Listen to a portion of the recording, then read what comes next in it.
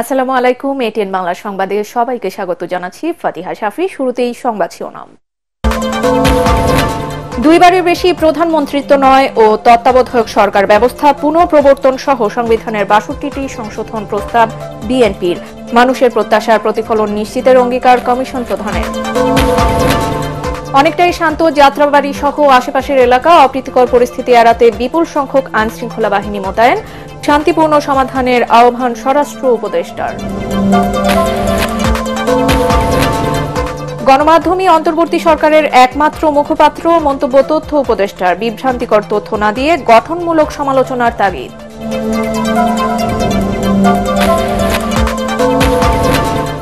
রাষ্ট্রদ্রোহ মামলায় গ্রেফতার সনাতন জাগরণ মঞ্চের মুখপাত্র চিন্ময় দাসের জামিন নামঞ্জুর, কারাগারে প্রেরণ।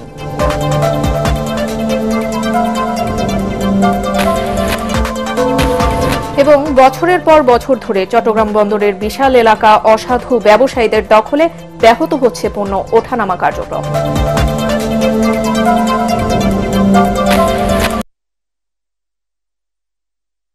শুনছিলেন সংবাদ শিরোনাম, এবারে বিস্তারিত সংবাদ। সংসদে উচ্চ কক্ষ, উপরাষ্ট্রপতি ও উপপ্রধানমন্ত্রী পদ রাখা সহ সংবিধানের ৬২টি জায়গায় সংস্কারের প্রস্তাবনা দিয়েছে বিএনপি। সংবিধান সংস্কার কমিশনের কাছে লিখিত প্রস্তাবনা জমা দিয়ে বিএনপির স্থায়ী কমিটির সদস্য সালাউদ্দিন আহমেদ জানান, সংবিধান পুনর্লিখন নয়, সংশোধনের পক্ষে তার দল। এ সময় কমিশন প্রধান আলী রিয়াজ জানান, অংশীজনদের সংস্কার প্রস্তাবগুলোর বিষয়ে মতামত জানতে আগামী সপ্তাহে জরিপ করা হবে সারা দেশে। বিস্তারিত জানাচ্ছেন ইকরামুল হক সায়েম। সংবিধান সংশোধনে আনুষ্ঠানিক প্রস্তাবনা জমা দিল বিএনপি। দলের স্থায়ী কমিটির সদস্য সালাউদ্দিন আহমেদের নেতৃত্বে ৪ সদস্যের প্রতিনিধি দল মঙ্গলবার সংসদ ভবনে সংবিধান সংস্কার কমিশনের প্রধান অধ্যাপক আলী রিয়াজের কাছে লিখিত প্রস্তাবনা জমা দেন। শহীদের অঙ্গীকার, রক্তের আকাঙ্ক্ষা এবং বাংলাদেশের বর্তমান বাস্তবতা, এগুলোকে বিবেচনায় নিয়ে এবং ভবিষ্যতে যাতে পার্লামেন্টারি ফুয়েরের সৃষ্টি না হয়, এখন আয়কতন্ত্রের সৃষ্টি না হয়, সেগুলো মাথায় রেখে আমরা আমাদের সমস্ত প্রস্তাবনাগুলো দিয়েছি। সংবিধান সংস্কার কমিশনের প্রধান অধ্যাপক আলী রিয়াজের কাছে লিখিত প্রস্তাবনা জমা দেন। সংবিধানের সূচনা থেকে তফসিল পর্যন্ত ২২টি জায়গায় সংস্কারের প্রস্তাবনা দেওয়ার কথা জানান সালাউদ্দিন আহমেদ। প্রস্তাবনায় উল্লেখযোগ্য বিষয়গুলো হল সংসদে উচ্চ কক্ষ রাখা, উপরাষ্ট্রপতি ও উপপ্রধানমন্ত্রীর পদ এবং গণভোটের বিধান পুনঃপ্রবর্তন করা, এছাড়া পরপর দুইবারের বেশি প্রধানমন্ত্রী হওয়ার সুযোগ না রাখা এবং তত্ত্বাবধায়ক সরকার ব্যবস্থার পুনর্বহাল চায় বিএনপি। যে সমস্ত বিষয়ে মানুষের আকাঙ্ক্ষা বেশি, যেমন তত্ত্বাবধায়ক সরকার পুনঃপ্রবর্তন, এটা মানুষের ১ নম্বর আকাঙ্ক্ষা, জনগণ। সেটা আদালতেও বিচারাধীন আছে, এখন রিভিউতে, আশা করছি সেটা মানুষের পক্ষে রায় আসবে। এবং গণভোটের বিধান, যেটা আর্টিকেল 48, 56 and 142 itself, যেগুলো পরিবর্তন আনতে গেলে এবং প্রস্তাবনাতে পরিবর্তন আনতে গেলে যে গণভোটের বিধান ছিল, যেটা আওয়ামী লীগ উড়িয়ে দিয়েছিল, সেগুলো পুনঃপ্রবর্তনের জন্য আমরা প্রস্তাব করেছি। সংবিধান সংশোধনের প্রস্তাব করেছি আমরা ব্যাপক ভিত্তিক, যাতে এটা গণতান্ত্রিক সংবিধান সংশোধন হয় এবং জনগণের আকাঙ্ক্ষা পূরণ হয়। সেটা কি সংবিধান সংস্কার কমিশন প্রধান অধ্যাপক আলী রিয়াজ জানান, কমিশনের ওয়েবসাইটে এ পর্যন্ত ৫০,০০০-এর বেশি মানুষ মতামত দিয়েছেন। অংশীজনদের সব প্রস্তাবনা বিবেচনায় নিয়ে ৫ জানুয়ারির মধ্যে সংবিধান সংস্কারের সুপারিশ করা হবে বলেও জানান তিনি। যে আমাদের একটা ওয়েবসাইটে আমরা মন্তব্য সংগ্রহ করেছি, তাতে প্রায় ৫০,০০০-এর বেশি মন্তব্য আমরা গতকাল পর্যন্ত পেয়েছি, মধ্যরাত্র পর্যন্ত, যেটা নির্ধারিত সময় ছিল। আমরা স্টেক হোল্ডারদের সাথে আলোচনাগুলো অব্যাহত রেখেছি। ইতিমধ্যে আরো কয়েকটি সংগঠনের সাথে আমরা কথা বলবো এবং কয়েকজন নেতৃস্থানীয় ব্যক্তির সাথে। এর বাইরে যেটা আমরা আগামী সপ্তাহে থেকে অবশ্যই শুরু করব, সেটা হচ্ছে একটা জরিপ, সারা বাংলাদেশে একটা জরিপ তৈরি করবো, যাতে করে সমস্ত ধরনের মানুষের মতগুলো আমরা পাই। তিনি বলেন, জরিপ চালিয়ে গ্রাম থেকে শহর, তরুণ থেকে বৃদ্ধ সবার মতামত নিয়ে চূড়ান্ত করা হবে সংবিধান সংস্কারের প্রস্তাব। ইকরামুল হক সায়েম, এটিএন বাংলা, ঢাকা। ৩ কলেজের শিক্ষার্থীদের ব্যাপক সংঘর্ষের একদিন পর আজ যাত্রাবাড়ি এলাকা শান্ত রয়েছে, কোনো অপ্রীতিকর ঘটনা ঘটেনি। যাত্রাবাড়ি ডেমরা এলাকায় বিপুল সংখ্যক আইন শৃঙ্খলা বাহিনী মোতায়েন করা হয়েছে। এদিকে ভুল চিকিৎসায় ডক্টর মাহবুবুর রহমান মোল্লা কলেজের শিক্ষার্থী অভিজিতের মৃত্যু হয়নি বলে দাবি করেন ন্যাশনাল মেডিকেল কলেজ কর্তৃপক্ষ। সেই সাথে হামলায় হাসপাতালে 10 কোটি টাকা আর্থিক ক্ষতির অভিযোগ করা হয়েছে। কলেজ ক্যাম্পাসে ব্রিফিং এ এসব কথা জানান মেডিকেলের পরিচালক ইফাত আরা। উপপরিচালক রেজাউল হক বলেন, লাশ আটকে রাখার কোনো ঘটনা ঘটেনি। 36,400 টাকা আইসিইউ বিলও নেওয়া হয়নি। শিক্ষার্থী অভিজিতের মৃত্যুর পর 6 সদস্যের কমিটি গঠন করা হলেও কিন্তু ছাত্রদের মাঝে ছড়ানো হয় 10,000 টাকার জন্য চিকিৎসা না দেয়ায় অভিজিৎ বিনা চিকিৎসায় মারা গেছে। কবি নজরুল বা সোহরাওয়ার্দী কলেজের শিক্ষার্থীদের কোনোভাবে হাসপাতাল কর্তৃপক্ষ যুক্ত করেনি বলেও এ সময় জানানো হয়। একটা প্রস্তাবনা আসে যে লাশটা নেওয়ার জন্য, পরিবহন করার জন্য অ্যাম্বুলেন্স ভাড়া বাবদ 10,000 টাকা। জাতির কাছে আজকে আমার প্রশ্ন হচ্ছে, এই 10,000 টাকা দিয়ে কি একটা মৃত্যু ধামাচাপা দেওয়া যায়? যদি আমরা এটা চেষ্টা করতাম, অনলি 10,000 টাকা এই অ্যাম্বুলেন্স ভাড়াটা ওনারা আমাদের থেকে চায়। তারপরে আমরা সিদ্ধান্ত নেই যে ঠিক আছে, এটা আমরা দিয়ে দিব। কিন্তু যে ঢালি সাহেব, মৃত বাবা যার বাড়ি কেয়ারটেকার, সে আঞ্জুমান মফিদুল ইসলামের সাথে সম্পৃক্ত। উনি কিছুক্ষণ চেষ্টা করার পর, কিছুক্ষণ পরে তিনি একটি অ্যাম্বুলেন্স ব্যবস্থা করে দেন। তখন বলে যে ভাই, টাকাটা লাগবে না। কলেজের সমস্যা আলোচনার মাধ্যমে সমাধানের আহ্বান জানিয়েছেন স্বরাষ্ট্র উপদেষ্টা অবসরপ্রাপ্ত লেফটেন্যান্ট জেনারেল মোহাম্মদ জাহাঙ্গীর আলম চৌধুরী। রাজধানীতে সড়ক অবরোধ না করে সোহরাওয়ার্দী উদ্যানে এসে দাবি জানানোর আহ্বান জানান তিনি। সুনামগঞ্জের তাহিরপুরে মাটিয়ান হাওর পরিদর্শনে এসে এসব কথা বলেন তিনি। এ সময় হাওরের কৃষি নিয়ে তিনি বলেন, কোনো মধ্যস্বত্বভোগীকে সুবিধা নিতে দেওয়া যাবে না। এদিকে হাওর নিয়ন্ত্রিত পর্যটন ব্যবসা গড়ে তোলা ও পরিবেশ বিষয়ে সচেতন হওয়ার আহ্বান জানিয়েছেন পরিবেশ উপদেষ্টা সৈয়দা রিজওয়ানা হাসান।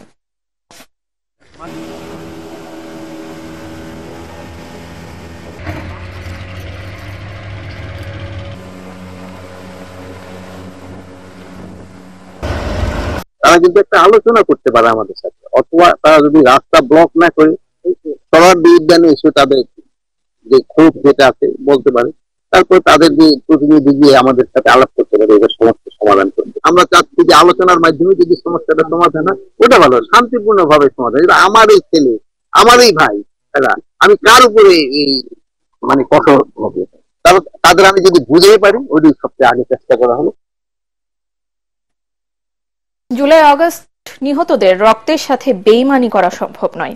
সে কারণে একটি গ্রহণযোগ্য নির্বাচন করতে নতুন নির্বাচন কমিশনকে অবগত করা হবে বলেও জানান নির্বাচন ব্যবস্থা সংস্কার কমিশনের প্রধান ডক্টর বদিউল আলম মজুমদার। তবে কোনো ফ্যাসিবাদী শক্তি যাতে নির্বাচনে অংশ নিতে না পারে সে ব্যাপারে সরকারকে আবেদন জানাবেন বলেও জানান তিনি। রাজধানীর আফতাবনগরে নির্বাচন ব্যবস্থা সংস্কার কমিশনের সাথে ইস্ট ওয়েস্ট ইউনিভার্সিটির অডিটোরিয়ামে শিক্ষার্থীদের সাথে পরামর্শমূলক মতবিনিময় সভায় এসব কথা বলেন কমিশন প্রধান।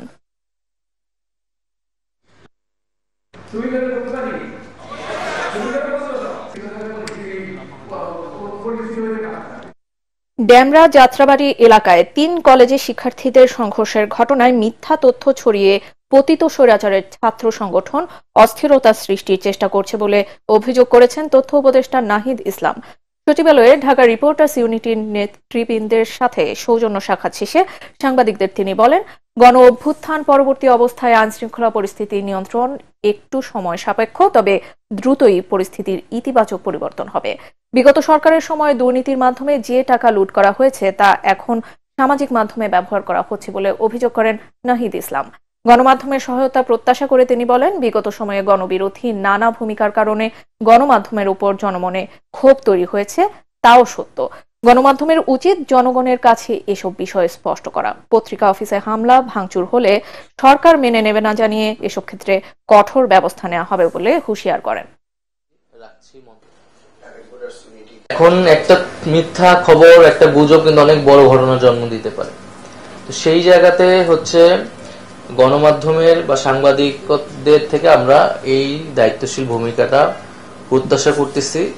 এটা আমাদের শুধু সরকার নয়, আমাদের পুরো জাতীয় যে পরিস্থিতি সেটা, সেই জায়গায় কিন্তু এই গণমাধ্যমের এই ভূমিকাটা গুরুত্বপূর্ণ। আর এই সরকার যেহেতু কোনো দলীয় সরকার না, এই সরকারের কোনো ওই অর্থে দলীয় বাহিনী নাই এবং নিজস্ব কোনো প্রচার ব্যবস্থা নাই একটা দলের যেরকম থাকে বা একটা ফলে আমাদের তথ্য কিন্তু পৌঁছানোর ক্ষেত্রে সবচেয়ে বেশি সহায়তা আমাদের কিন্তু গণমাধ্যমের উপরে আমরা নির্ভরশীল আর কি। বিএনপি ঘোষিত রাষ্ট্র সংস্কারে ৩১ দফা প্রস্তাবনার মধ্যেই দেশবাসীর আগামী দিনের কাঙ্ক্ষিত গণতান্ত্রিক সমৃদ্ধ বৈষম্যহীন বাংলাদেশের প্রত্যাশা পূরণের সবকিছু রয়েছে বলে দাবি করেছেন দলের নেতারা। সিলেটে শিল্পকলা একাডেমিতে দিনব্যাপী বিভাগীয় প্রশিক্ষণ কর্মশালায় বিএনপি নেতারা এ কথা বলেন। কর্মশালায় প্রধান অতিথি হিসেবে বক্তব্য রাখবেন বিএনপির ভারপ্রাপ্ত চেয়ারম্যান তারেক রহমান। কর্মশালায় বিএনপি ও সহযোগী সংগঠনের নেতারা রাষ্ট্র সংস্কারে দলের ৩১ দফার নানা দিক নিয়ে নিজেদের বক্তব্য ও মতামত তুলে ধরেছেন।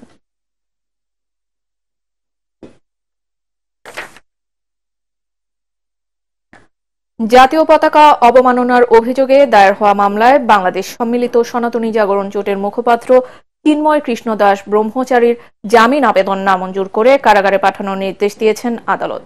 সকালে চট্টগ্রামের মেট্রোপলিটন ম্যাজিস্ট্রেট ষষ্ঠ আদালতের বিচারক কাজী শরীফুল ইসলাম এই আদেশ দেন। এর আগে কঠোর নিরাপত্তায় তাকে আদালতে হাজির করা হয়।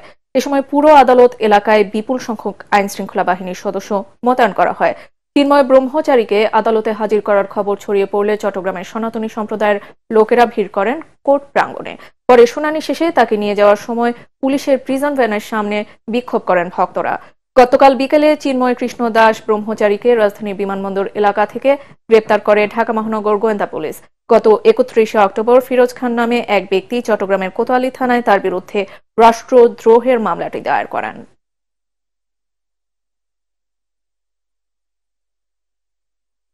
৪ বছর আগে বন্ধ হওয়া ঢাকা ইপিজেডের লেনি ফ্যাশন এবং লেনি অ্যাপারেলস কারখানার শ্রমিকদের পাওনা টাকা আদায়ের দাবিতে নবীনগর চন্দ্রা মহাসড়ক অবরোধ করে বিক্ষোভ করছে পোশাক শ্রমিকরা।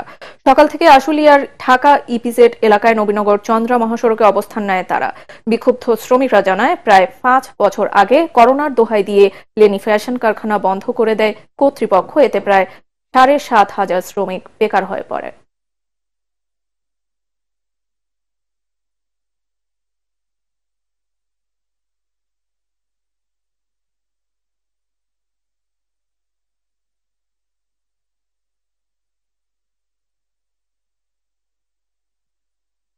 চট্টগ্রাম বন্দরের গলার কাঁটা হয়ে দাঁড়িয়েছে নিলামের পণ্য।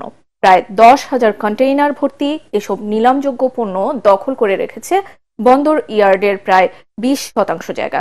এতে ব্যাহত হচ্ছে পণ্য ওঠানামার স্বাভাবিক কার্যক্রম। বছরের পর বছর ধরে পড়ে থাকা এসব পণ্যের নিলামের জন্য দ্রুত কার্যকর ব্যবস্থা গ্রহণের দাবি জানিয়েছেন বন্দর ব্যবহারকারীরা। চট্টগ্রাম থেকে আরো জানাচ্ছেন সৈয়দ তামিম মাহমুদ। নিয়ম অনুযায়ী ৩০ দিনের মধ্যে আমদানিকৃত পণ্য খালাস করার কথা থাকলেও কখনো আমদানিকারকরা ইচ্ছাকৃত ফেলে রাখেন আমদানি করা পণ্য। নিয়মতান্ত্রিক জটিলতার কারণেও আটকে থাকে অনেক কন্টেইনার। এর ফলে বন্দর ইয়ার্ডে বিশাল অংশ দখল করে রাখে এই আটকে পড়া কন্টেইনার। গেল ২৫ নভেম্বর চট্টগ্রাম বন্দরে এমন কন্টেইনার ছিল প্রায় ১০,২০০, আর বন্দরে এদিন মোট কন্টেইনার ছিল প্রায় ৩৫,০০০ একক। অর্থাৎ মোট সংরক্ষিত কন্টেইনারের মধ্যে প্রায় ৩৩% কন্টেইনারই নিলামযোগ্য। তবে কাস্টমস কর্তৃপক্ষ বলছে, ডাম্পিং স্টেশন ও আইনগত জটিলতা ছাড়াও নানা কারণে খালি করা যাচ্ছে না এসব কন্টেইনার। এ নিয়ে বন্দর কর্তৃপক্ষ আছে বিপাকে। তবে দ্রুত সময়ের মধ্যেই ইয়ার্ড খালি করতে কাজ করছে তারা। 60% রিজার্ভ ভ্যালু, 60% না হলে আমি এটা দিতে পারবো না। 60% না হলে আমাকে আবার সেকেন্ড নিলামে যেতে হয়। তখন দেখা আবার 1 মাস দেরি হয়, সেকেন্ড নিলামে গেল।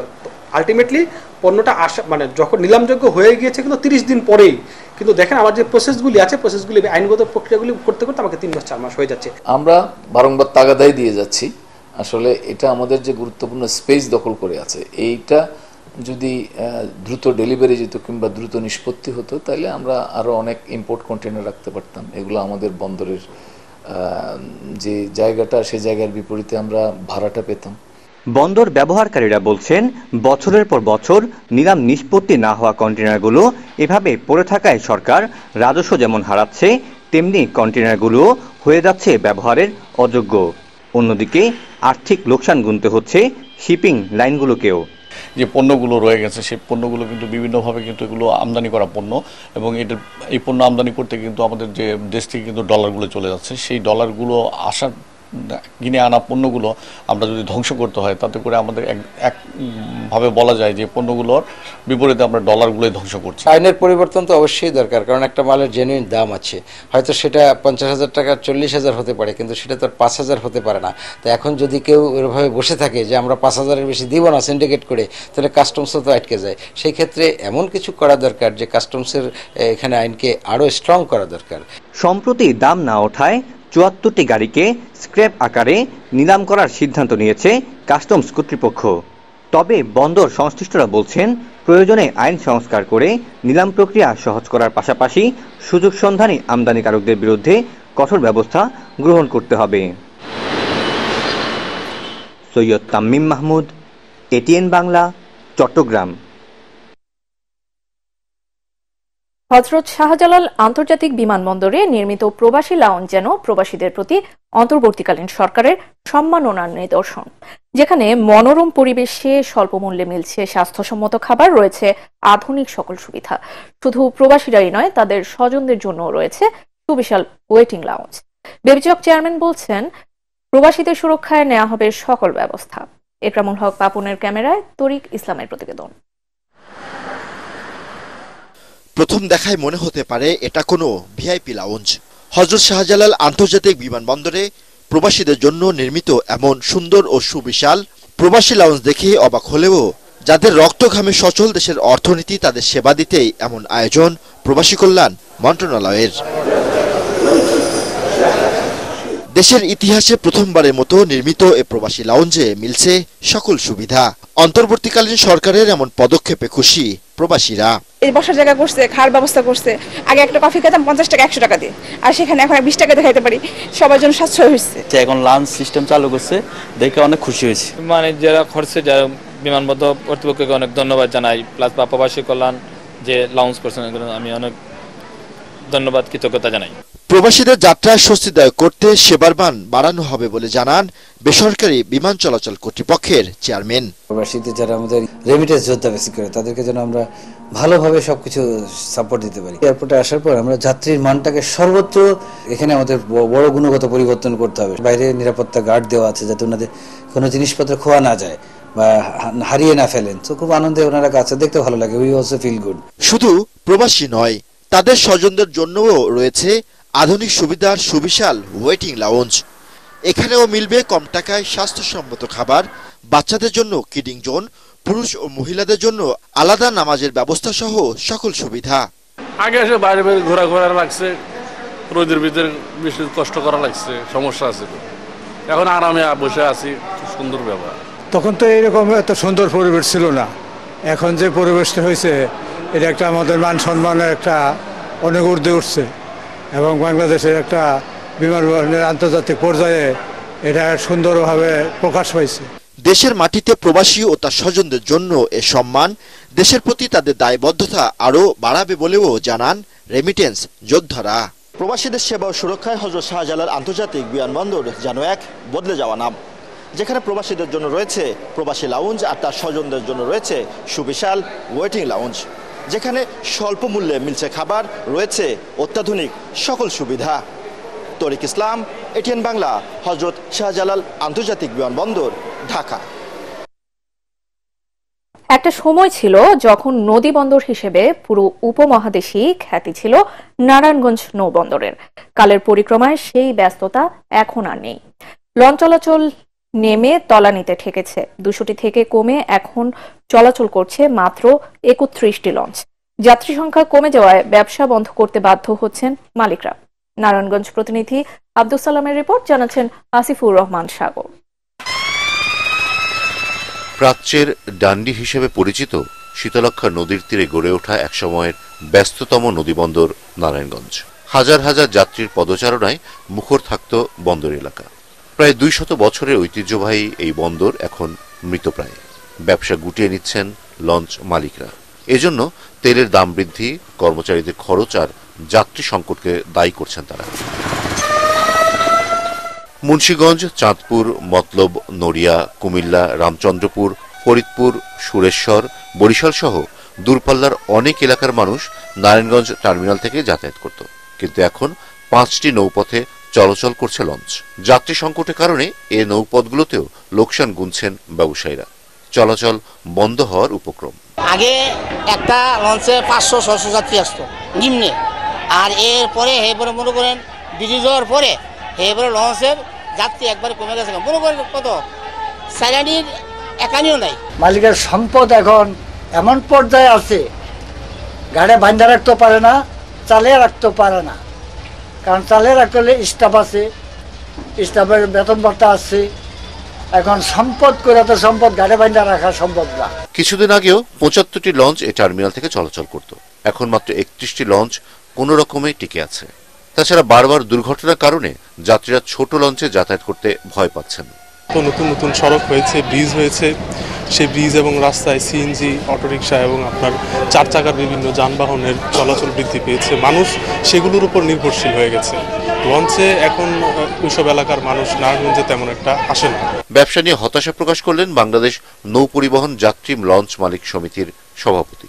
সড়কপথে যোগাযোগ সহজ হয়ে যাওয়ায় সৃষ্টি হয়েছে এই সংকটের জানান তিনি।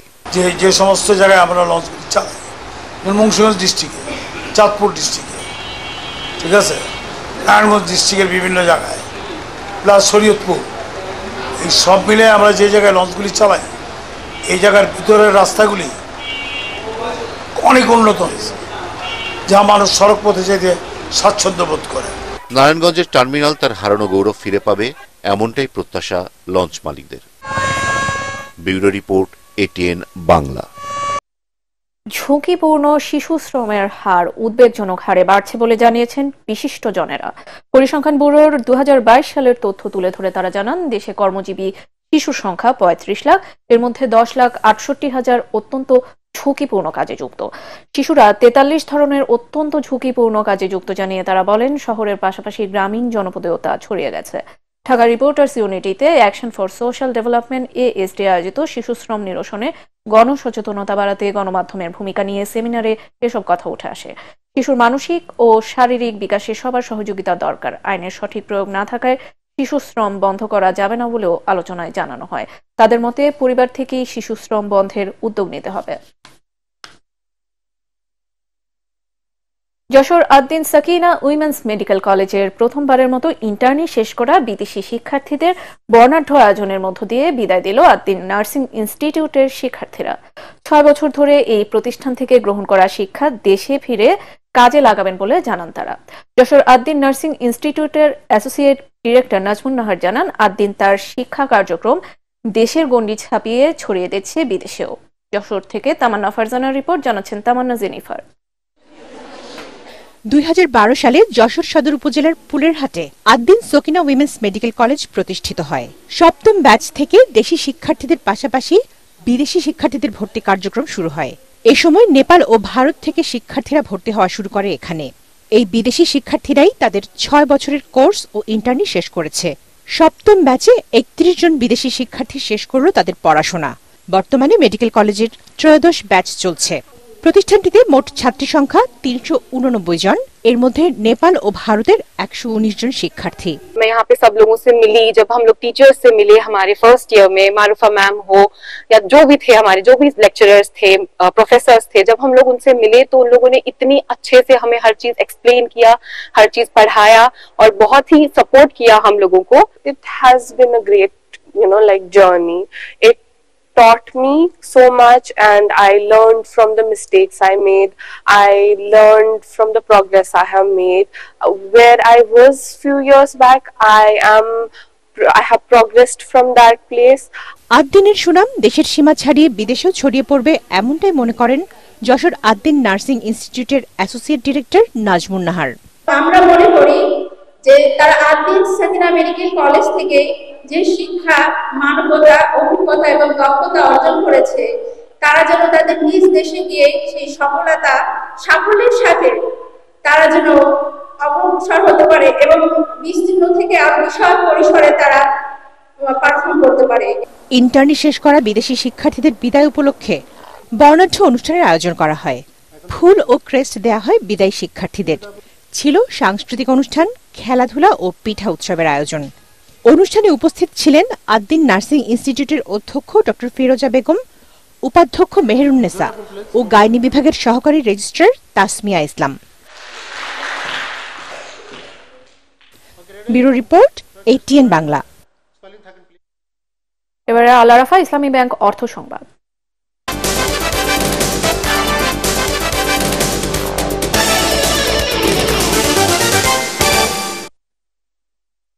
কক্সবাজার সেন্ট মার্টিন রুটে আগামী বৃহস্পতিবার থেকে পর্যটকবাহী জাহাজ চলাচল শুরু হচ্ছে। কক্সবাজারের অতিরিক্ত জেলা ম্যাজিস্ট্রেট নিজামুদ্দিন আহমেদ জানান, সেন্ট মার্টিনে যাওয়ার অনুমতি চেয়ে কেয়ারি সিন্দাবাদ নামে একটি জাহাজ আবেদন করেছিল। সবকিছু বিবেচনা করে তাদের অনুমতি দেওয়া হয়েছে। গত 19 নভেম্বর পরিবেশ, বন ও জলবায়ু পরিবর্তন মন্ত্রণালয়ের জ্যেষ্ঠ সহকারী সচিব সাবরিনা রহমান স্বাক্ষরিত এক আদেশে সেন্ট মার্টিনে ভ্রমণে যাওয়ার পর্যটক ও অনুমোদিত জাহাজ নিয়ন্ত্রণে যৌথ কমিটি গঠন করা হয়। আদেশে বলা হয়, সেন্ট মার্টিনে যেতে হলে পর্যটকদের নিবন্ধন সহ নানা বিধি নিষেধ মেনে চলতে হবে। মন্ত্রণালয়ের গঠন করা যৌথ কমিটি এসব বিষয়ে দেখভাল করবে। 2023 সালের জানুয়ারিতে মিয়ানমারের রাখাইনে সংঘাতের কারণে টেকনাফ থেকে সেন্ট মার্টিন রুটে পর্যটকবাহী জাহাজ চলাচল বন্ধ হয়ে যায়। এবার সন্ধানী লাইফ ইন্স্যুরেন্স আন্তর্জাতিক সংবাদ।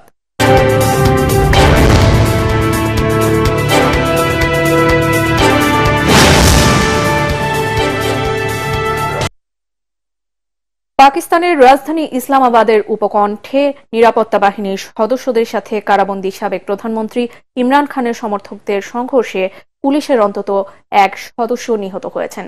এতে আরও কয়েক ডজন আহত হয়েছেন। বাধা উপেক্ষা করে সোমবার রাজধানী ইসলামাবাদের উপকণ্ঠে পৌঁছে যায় ইমরান খানের রাজনৈতিক দল পাকিস্তান তেহরিক-ই-ইনসাফ PTI নেতাকর্মীদের গাড়িবহর। এ সময় আইন শৃঙ্খলা রক্ষাকারী বাহিনীর সাথে তাদের দফায় দফায় সংঘর্ষ হয়। ইসলামাবাদের ডি চকে জমায়েত হওয়ার ঘোষণা দিয়েছেন PTI নেতাকর্মীরা। তাদের ঠেকাতে রাজধানীর সব প্রবেশপথ বন্ধ করে দেওয়া হয়েছে। 2 মাসের জন্য জারি করা হয়েছে 144 ধারা। নিষিদ্ধ করা হয়েছে সব ধরনের সভা সমাবেশ ও জমায়েত। এবার থাকছে পার্টেক্স খেলার খবর।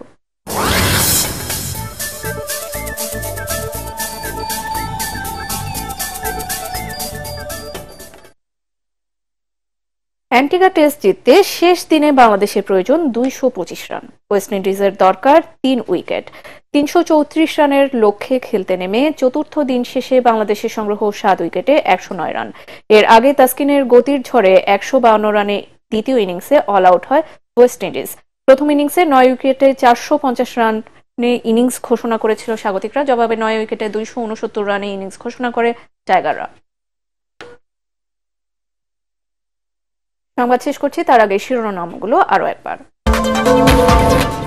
2 বারের বেশি প্রধানমন্ত্রিত্ব নয় ও তত্ত্বাবধায়ক সরকার ব্যবস্থা পুনঃপ্রবর্তন সহ সংবিধানের 62টি সংশোধন প্রস্তাব বিএনপির মানুষের প্রত্যাশার প্রতিফলন নিশ্চিতের অঙ্গীকার কমিশন প্রধানের। অনেকটাই শান্ত যাত্রাবাড়ি সহ আশেপাশের এলাকা অপ্রীতিকর পরিস্থিতি এড়াতে বিপুল সংখ্যক আইন শৃঙ্খলা বাহিনী মোতায়েন, শান্তিপূর্ণ সমাধানের আহ্বান স্বরাষ্ট্র উপদেষ্টার। গণমাধ্যমে অন্তর্বর্তী সরকারের একমাত্র মুখপাত্র মন্তব্য তথ্য উপদেষ্টার, বিভ্রান্তিকর তথ্য না দিয়ে গঠনমূলক সমালোচনার তাগিদ।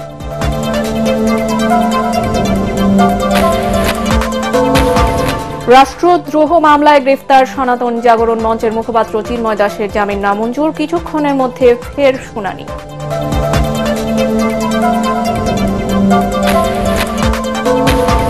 এবং বছরের পর বছর ধরে চট্টগ্রাম বন্দরের বিশাল এলাকা অসাধু ব্যবসায়ীদের দখলে ব্যাহত হচ্ছে পণ্য ওঠানামা কার্যক্রম।